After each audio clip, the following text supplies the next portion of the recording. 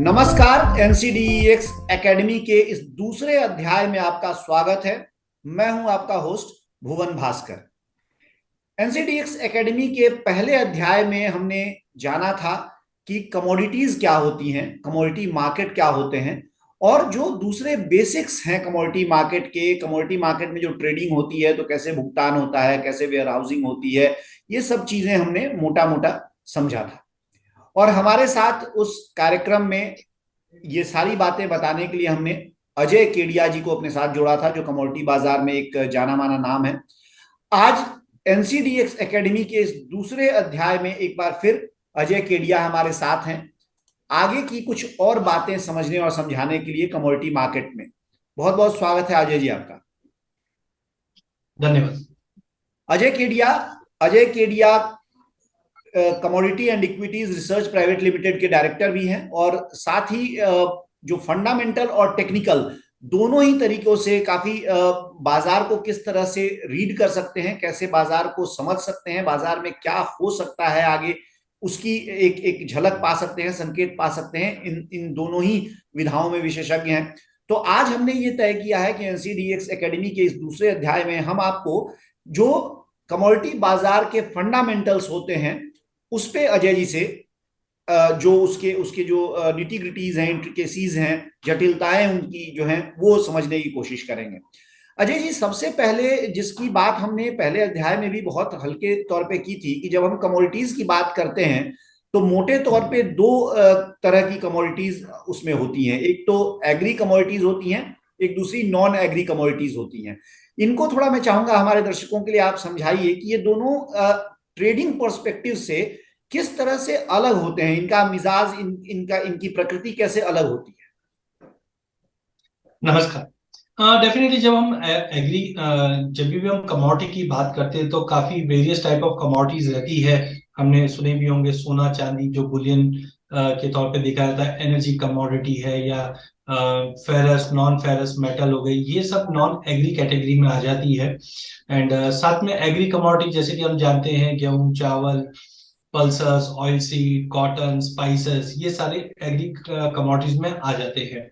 देखिए कभी भी जब हम ट्रेड करते हैं तो काफी कमोडिटीज ऐसी भी रहती है जो ग्लोबल मार्केट को इम्पैक्ट करती है। नो डाउट सभी कमोडिटी कुछ ना कुछ हद तक करती है, बट जैसे कि हम सोने और चांदी की बात करें तो हम करंटली देख रहे हैं जियो पॉलिटिकल टेंशन रहता है, तब हम देखते हैं कच्चा तेल या सोना चांदी ज्यादा इम्पैक्ट करते हैं। तो सबसे पहले ट्रेड करने से पहले हमें समझ में आना चाहिए कि कौन सी कमोडिटीज एग्री कमोडिटी को रिलेट करती है। बेसिक सेंस में है कि जो एग्रीकल्चर प्रोडक्ट आउटपुट होते हैं उसको हम एग्रीकल्चर कैटेगरी में रहते हैं, और भी ज्यादा कॉम्प्लेक्सेस हम बना के डिस्कस कर सकते हैं। सबसे पहले नॉन एग्री की अगर बात करें तो प्रीशियस मेटल, जहां पे हम ज्यादा करके सोना चांदी प्लेटिनम इनमें ट्रेड होते हुए देखते हैं ग्लोबल मार्केट के अंदर।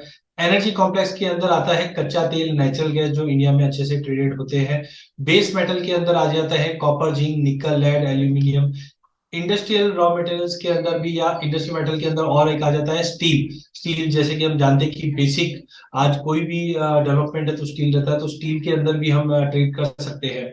वहीं एग्री कमोडिटी की अगर हम बात करें तो यहाँ पे हमारे पास जो कॉम्प्लेक्सेस होते हैं जिसके अंदर स्पाइसेस स्पाइसेस के अंदर हम जीरा धनिया हल्दी ये ट्रेड करते हैं। पल्सेस के अंदर ज्यादा करके हम तुअर उड़द चना ये सब ट्रेड रहते हैं। ऑयल ऑयल कॉम्प्लेक्सेस के अंदर सोयाबीन मस्टर्ड इन सब की ट्रेडिंग होती है। तो दो बेसिकली ब्रॉडर क्लासिफिकेशन जो होती है वो एग्री एंड नॉन एग्री के तौर पे होती जी। अच्छा अजय जी, ये दोनों ही जो एग्री और नॉन एग्री आपने बताया है, इसमें जैसे इक्विटीज की जब हम बात करते हैं तो उसमें तो पूरे साल एक तरह से सब एक तरह से चीजें चलती हैं। क्वार्टरली रिजल्ट्स आते हैं, लेकिन वो हर तिमाही आते हैं और उसमें आप रिजल्ट देखते हैं। लेकिन जब एग्री नॉन एग्री की बात करते हैं तो इसमें सीजनलिटी का क्या कितना महत्व है, और किस तरह से दोनों में अलग अलग जो सीजन है उसका हम महत्व समझ सकते हैं और उसका फायदा उठा सकते हैं उसको समझदारी से। हाँ बिल्कुल। कमोडिटी में जब भी हम ट्रेड करते हैं तो सीजनलिटी का रोल काफी इंपॉर्टेंट होता है, चाहे वो एग्री कमोडिटी हो चाहे नॉन एग्री। जैसे कि हम जानते हैं कि एग्री कमोडिटी में एक सोइंग सीजन होता है जहाँ पे हम सोइंग की जाती है, एंड उसके लगभग 90 दिन बाद या 3 महीने के बाद हम देखते हैं हार्वेस्टिंग स्टार्ट होती है। तो एक तरह से अगर हम सप्लाई की बात करें तो ये एक ही महीने में 1-2 महीने के अंदर सप्लाई आती है या प्रोडक्शन होते हैं, लेकिन उसका जो कंजम्पशन है 12 महीना 12 महीना चलता है। तो इंडिया एक बहुत ही बड़ी कंट्री है, यहाँ पे फेस्टिव डिमांड काफी रहती है। ज्यादा करके हम देखते हैं कि Q3-4 के करीब जब दिवाली रहती है तो यहाँ पे फेस्टिव मूड रहता है, तो डिमांड ज्यादा बढ़ती है। बाकी काफी रबी क्रॉप्स होती है जिनकी जो अराइवल्स है मार्केट में वो मार्च और अप्रैल मंथ में होती है, चाहे गेहूं की बात करें चाहे जीरा धनिया की बात करें। तो ऐसे टाइम पे सप्लाई और डिमांड से ही मार्केट में एक मूवमेंट बनता है। अगर हम सोने की भी बात करें तो सोना नो डाउट हम लोग हर महीने इंपोर्ट करते हैं, लेकिन हमारे यहाँ पे कुछ ऐसे तीज त्योहार होते हैं जहाँ पे डिमांड बढ़ती है, चाहे अक्षय तृतीया की बात करें चाहे हम दिवाली के यहाँ पे धनतेरस की बात करें। तो ऐसे टाइम पे हमें सीजनलिटी कमोडिटी की समझनी चाहिए कि कब उसका डिमांड। और ज्यादा करके इंडिया में अगर हम एग्रीकल्चर कमोडिटी की जब बात करते हैं तो हम ज्यादा करके देखते हैं कि अप्रैल मई में जब शादी ब्याह का सीजन होता है तो सभी कमोडिटीज की डिमांड रहती है।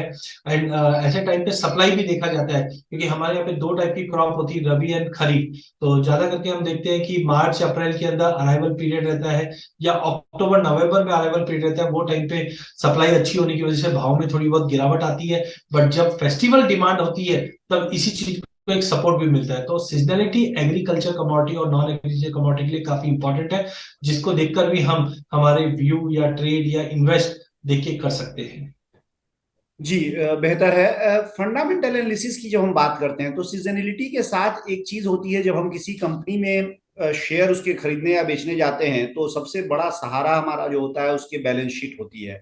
वहां से हम देखते हैं, समझने की कोशिश करते हैं कि कंपनी की प्रॉफिटेबिलिटी क्या है, आगे चल के कंपनी का प्रदर्शन कैसा रह सकता है। अगर इसी कॉन्सेप्ट को हम कमोडिटी मार्केट में लेकर आए, वहां आप किस तरह से इसको देखेंगे, या अगर कमोडिटीज की बैलेंस शीट एनालिसिस की हम बात करें तो वो कैसे करेंगे? हाँ बिल्कुल, जब हम इक्विटी मार्केट को ट्रैक करते हैं तो ज्यादा करके सबसे रिनाउंड वे होता है वो है बैलेंस शीट एनालिसिस करना। हम देखते हैं कि कोई भी कंपनी के असेट्स क्या है, लाइबिलिटी क्या है, डेट क्या है, प्रॉफिट क्या आ रहा है। ये सब देखकर हम एनालाइज कर सकते हैं कि जो भाव है वो अच्छे हैं लेने के लिए या महंगी है। सिमिलरली एग्री कमोडिटी में सबसे बड़ा इंपॉर्टेंट जो होता है वो डिमांड सप्लाई का होता है। जैसे कि हमने सीजनलिटी में देखा है कि 12 महीने में से 2 महीने हम प्रोडक्शन हमारे आते हैं, लेकिन हमारा जो कंजम्पशन है वो 12 महीना चलता है। तो हमें ये देखना पड़ता है कि हमारे पास स्टॉक क्या अवेलेबल। तो मेन कंपोनेंट जो हम जब एग्री कमोडिटी को जब हम बैलेंस शीट के तौर पे देखते हैं तो हमें देखना पड़ता है कि ओपनिंग स्टॉक क्या है। अगर हमारे ओपनिंग स्टॉक अच्छे हैं, कंफर्ट जोन में है, तो हमें मालूम है कि ये साल हमारा जो कंजम्पशन है वो सीमलेसली कंटिन्यू चलेगा, जिसके चलते सप्लाई अच्छी रहेगी तो कहीं ना कहीं भाव में दबाव बनता है। देन हम देखते हैं कि इस बार का प्रोडक्शन कैसा रहेगा, क्योंकि वेदर कंडीशन की वजह से इस बार हमने देखा भी है कि रबी क्रॉप में जो शेड्यूल रेन हुए थे, हेल स्टॉर्म, उसकी वजह से यील्ड में ड्रॉप आया था। तो प्रोडक्शन इस बार कैसा है, क्योंकि प्रोडक्शन ही एड ऑन होगा तब हमें पता चलेगा साल भर हमारे पास कितनी क्वांटिटी रहेगी कंजम्पशन के लिए। देन कुछ कमोडिटीज हम इंपोर्ट भी करते हैं और कुछ कमोडिटी हम एक्सपोर्ट भी करते हैं। तो इनका भी हमारे पास लेखा जोखा रहना चाहिए। अगर हमारे इंपोर्ट्स अगर बढ़े हुए रहते हैं तो हम बोल सकते हैं कि हमारे पास सप्लाई पर्याप्त रहेगी, जिसके चलते भाव में दबाव रहेगा। वहीं कुछ कमोडिटीज में हम एक्सपोर्ट काफी, इंडिया एग्री कमोडिटी में एक्सपोर्ट काफी लीडिंग है। जैसे हमने पिछले सालों में देखा है कि गेहूं में हमने काफी अच्छे एक्सपोर्ट्स किए हैं, चाहे हम कॉटन की बात करें। तो यहाँ पे हमें देखना पड़ता है कि अगर ग्लोबल डिमांड है और इंडिया एक्सपोर्ट ज्यादा कर रहा है तो हमारे पास स्टॉक क्या अवेलेबल है। इसके अलावा डोमेस्टिक कंजम्पशन, क्लोजिंग स्टॉक, और एक ऐसा टर्म है जो काफी इंपॉर्टेंट होता है बैलेंस शीट के अंदर, जिसको हम बोलते हैं स्टॉक टू यूज रेशियो, जो ये पूरी बैलेंस शीट का एक सारांश बता देता है कि हमारे पास अवेलेबल स्टॉक कितना है पूरे साल भर के लिए, जिसको हम यूज कर पाएंगे। जब भी स्टॉक टू यूज रेशियो में गिरावट आती है तो एक तरह का इंडिकेटर हमें मिल जाता है कि हाँ, हमारे पास स्टॉक कम है डिमांड के मुकाबले, और ज्यादा करके भाव में इसकी वजह से एक तेजी बनती है। तो जैसे हम इक्विटी के बैलेंस शीट को एनालाइज करके हम प्राइस को प्रेडिक्ट कर सकते हैं या प्राइस को समझ सकते हैं कि ये प्राइस महंगा है कि सस्ता है, वैसे ही कमोडिटी के अंदर भी जो बैलेंस शीट चलती है जिसमें opening stock, import, export, consumption को देखकर हम पता कर सकते हैं कि आगे का भाव में किस तरह से मूव बनता हुआ दिखेगा। जी, आपने बहुत बेहतरीन तरीके से ये बता दिया अजय जी कि जानकारियां कौन कौन सी हम लोगों को नजर में रखनी चाहिए, किन पर एनालिसिस करना चाहिए। बट एक बड़ी चीज ये है कि ये जानकारियां मिलेंगी कहाँ से, क्योंकि कंपनियों का तो उनके एनुअल रिपोर्ट से और जो एक्सचेंज पर फाइलिंग होती है वहां से बड़ी आसानी से सब कुछ मिल जाता है। लेकिन कमोडिटीज में ये जो तमाम आपने बातें बताई हैं जिसकी जरूरत होती है, वो कहाँ से एक जो निवेशक या ट्रेडर होगा वो हासिल कर सकता है? देखिए, लोगों का मानना यही रहता था कि इक्विटी के अंदर बैलेंस शीट मिल जाती है तो हमें पूरी जानकारी मिल जाती है। बट कमोडिटी तो उससे ज्यादा इजी है, बिकॉज ज्यादा करके हम जैसे मार्केट के कुछ की इवेंट जैसे वेदर सिचुएशन है, तो वेदर सिचुएशन के लिए गवर्नमेंट एजेंसी ही बनी हुई है। आज आईएमडी हमारे हर 15 दिन से महीने भर से एक प्रोजेक्शन निकाल के देती है कि वेदर कैसे रहने वाला है। तो आईएमडी के सोर्स से आपको वेदर के बारे में पता चल जाता है। गवर्नमेंट पॉलिसी ये काफी इंपॉर्टेंट होती है, बिकॉज गवर्नमेंट डिसाइड करती है कि इस बार का एक्सपोर्ट कैसा रहेगा या एक्सपोर्ट पॉलिसी। तो इसके लिए भी जो सर्कुलर्स आते हैं, तो काफी अथेंटिकेटेड वेबसाइट्स है। गवर्नमेंट ने लिटरली पिछले 10 सालों के अंदर काफी ऐसी वेबसाइट्स डेवलप किया है। एग्री नेट है जहाँ पे हम रोज के अराइवल्स क्या आ रहे हैं मंडियों में ये पता चलता है। काफी मंडी से जो अब इलेक्ट्रॉनिक फॉर्म में एक दूसरे से कनेक्टेड है। एक्सचेंज के भी वेबसाइट्स है जहाँ पे कुछ सर्कुलर्स रहते हैं या वेयर हाउस में क्या स्टॉक है, ये सारे डेटा अथेंटिकेटेड सोर्स से मिल जाते हैं, जिसको देखकर आप अपनी जो भी पोजीशनिंग है वो कर सकते हैं। लेकिन एक चीज इसमें ध्यान रखिए, क्योंकि मार्केट के अंदर रूमर्स काफी चलते हैं, तो ऐसे टाइम पे आपको रूमर से बचना है। सोर्स अथेंटिकेटेड होना चाहिए, गवर्नमेंट सोर्स होने चाहिए, उनको देखकर आप डिसीजन ले सकते हैं। क्योंकि ज्यादा करके हम फंडामेंटल पे रिलाई करते हैं, लेकिन सोर्स काफी इंपॉर्टेंट होता है। और काफी मार्केट में हर्ट मेंटेलिटी भी होती है कि सबको लगता है तेजी है। ऐसी चीजों से थोड़ा बचना चाहिए। गवर्नमेंट की वेबसाइट्स है, स्टेट गवर्नमेंट की भी रहती है, जहाँ पे वो रेगुलर वीकली बेस पे अराइवल्स के डेटा या प्रोडक्शन का डेटा, सोइंग के डेटा, हार्वेस्टिंग का डेटा, ये सब डेटा रिलीज होते हैं। और जी पूरा एग्री कमोडिटी इन्हीं डेटा पे मूव करता है। तो इन सब के सोर्स है वो इजीली अवेलेबल है, गवर्नमेंट की वेबसाइट्स है, एक्सचेंज से भी हमें हेल्प मिल सकती है। इनको देखकर आप अपने जो भी निवेश कर रहे हैं या इन्वेस्ट कर रहे हैं एग्री कमोडिटी के अंदर या कोई भी कमोडिटी के अंदर, आप पता करके ट्रेड कर सकते हैं।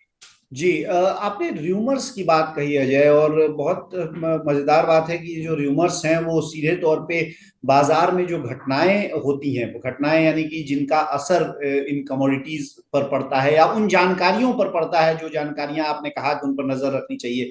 तो ऐसी जो घटनाएं हैं वो किस किस तरह की हैं, और किन पर खास तौर से नजर रखनी चाहिए ट्रेडर्स को और इन्वेस्टर्स को, कि अगर ये घटना आ रही है तो उसका किस तरह से उसको समझें, और उस पर खास तौर से नजर रखते हुए उन घटनाओं से पहले जो र्यूमर्स होती हैं उनसे बचा जाए? देखिए, इंडिया में अगर हम देखते हैं तो जब भी हम जनरली बात करते हैं तो सब अपने अपने व्यूज रखते हैं कि इस बार मौसम ऐसा होने वाला है, इसकी वजह से ऐसा भाव में तेजी आ सकती है, मंदी आ सकती है। तो इन सब से थोड़ा बचना चाहिए, क्योंकि डेटा पॉइंट्स हमारे पास इजीली अवेलेबल है। और हम देखते हैं कि जैसे आईएमडी टाइम टू टाइम आकर न्यूज चैनल्स पे या प्रिंट मीडिया पे या फिर खुद के वेबसाइट पे सर्कुलर्स जारी भी करती है।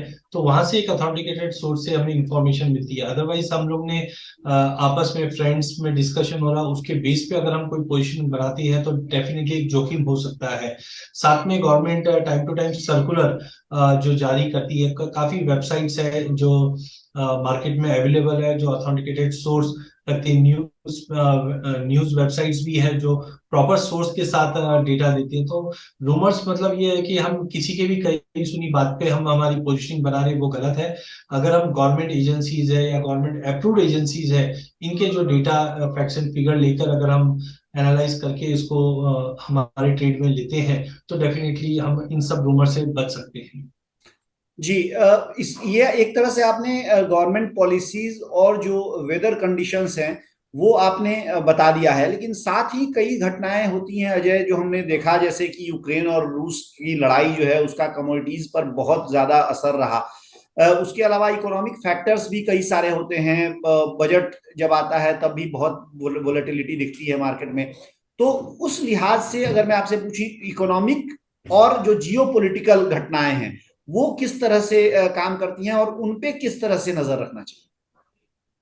देखिए, सबसे पहले अगर हम ग्लोबल एग्री कमोडिटी की बात करते हैं तो एक दूसरे से सभी कंट्री कनेक्टेड है। जैसे आपने उदाहरण जो लिया है रशिया यूक्रेन, तो लगभग करीबन 13 ऐसी बड़ी कमोडिटीज है जो इम्पैक्ट करती है ग्लोबल में। हमने पिछले साल देखा रशिया यूक्रेन के युद्ध के चलते ऑयल सीड प्राइसेस के अंदर हमने काफी बड़ा जंप आते हुए देखा, बिकॉज एक तरह का बड़ा सोर्स है यूक्रेन और रशिया। साथ में वीट की अगर बात करें तो ग्लोबल मार्केट में 26% का प्रोडक्शन सप्लाई रखती है रशिया यूक्रेन, तो वहां पे भी हमने डिस्टरबेंस होते हुए देखा। तो इनकी न्यूज भी हमें देखते हैं कि न्यूज चैनल से मिल जाती है। बट इसके अलावा डॉलर पे हमें नजर रखना चाहिए, बिकॉज आज जो भी हम एक्सपोर्ट या इंपोर्ट करते हैं इस पे डॉलर का दबाव काफी रहता है। पिछले सालों में हमने देखा डॉलर में जो यूएस से जो भी डेटा आते हैं इसका इम्पैक्ट डॉलर पे पड़ता है, और डॉलर का जो इम्पैक्ट है वो कहीं ना कहीं एग्री कमोडिटी या अदर कमोडिटीज पे भी पड़ता है।